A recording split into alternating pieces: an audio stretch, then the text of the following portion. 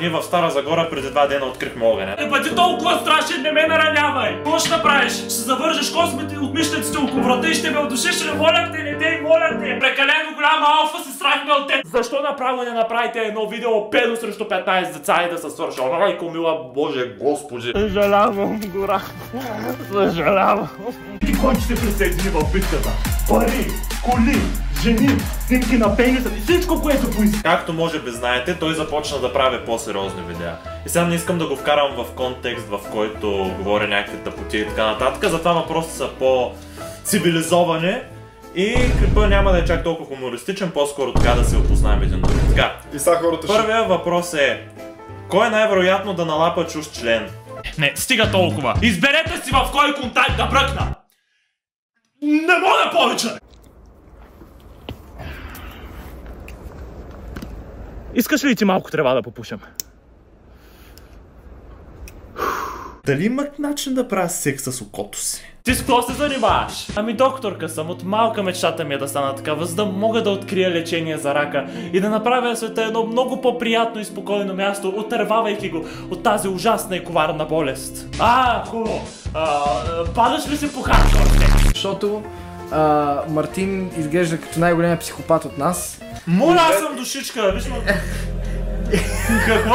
Това е преди чекия, това е по време на чекия, това е след чекия.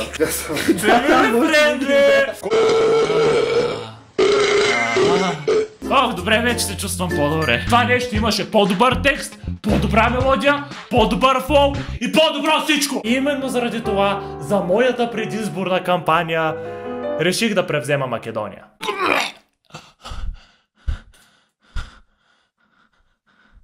Какво е това, бе? Разясни какъв е план.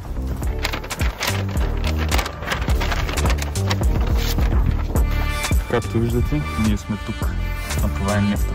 Нашата задача е да минем по пътя и да стигнем до място, където е нефта. Разбрахте ли ме? Мога да си пиша с непълнолетни. Това ми трябва и добра защита. Да не ме целят в гърдите. Да не ми взимат млякото от тях. Но сега като се прибирам с колата, умра в някоя катастрофа. Не искам цял живот да нося спомена за тая помия. Това ще е просто мъчение. И аз страдам, но какво можех да направя? Откъде да знам, че имаше запалка и би го направил наистина? Имаш големи цици, 300к абоната, долу си в краката, слави зеси брата. Имаш големи цици, 300к абоната, долу си в играта, слави... Ето какъв е планът. Искам цялата армия да се съберете и да ме чакате на граница с Македония ето тук.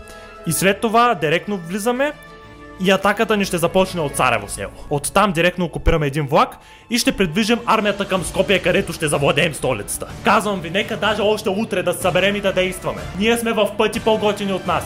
Те нямат шанс. Вижте, ние имаме 24 000 човека редовна армия, докато те са само на 6100. Плачевно положение. Веднага ги оправяме без никакъв проблем. Ако трябва да съм честен, да, обичам да помагам на хората, но всеки трябва да е егоист. Знаеш ли, че преди жирафите да се чифтосат, мъжкия пие от урината на женската? Хора, в случай, че не сте разбрали тази новина, Левски е бил македонец.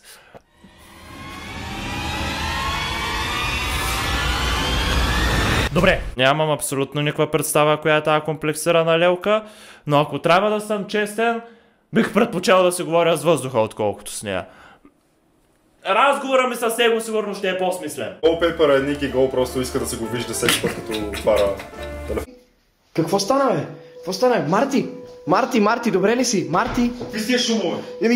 Марти се застреля. В смисъл, буквално просто аз го пранкнах и той дойде и чу... Няма никакво значение. В бечката съм учил уста в уста.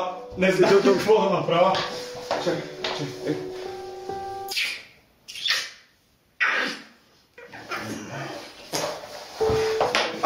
Ама ти не му направи уста в уста. Чакай.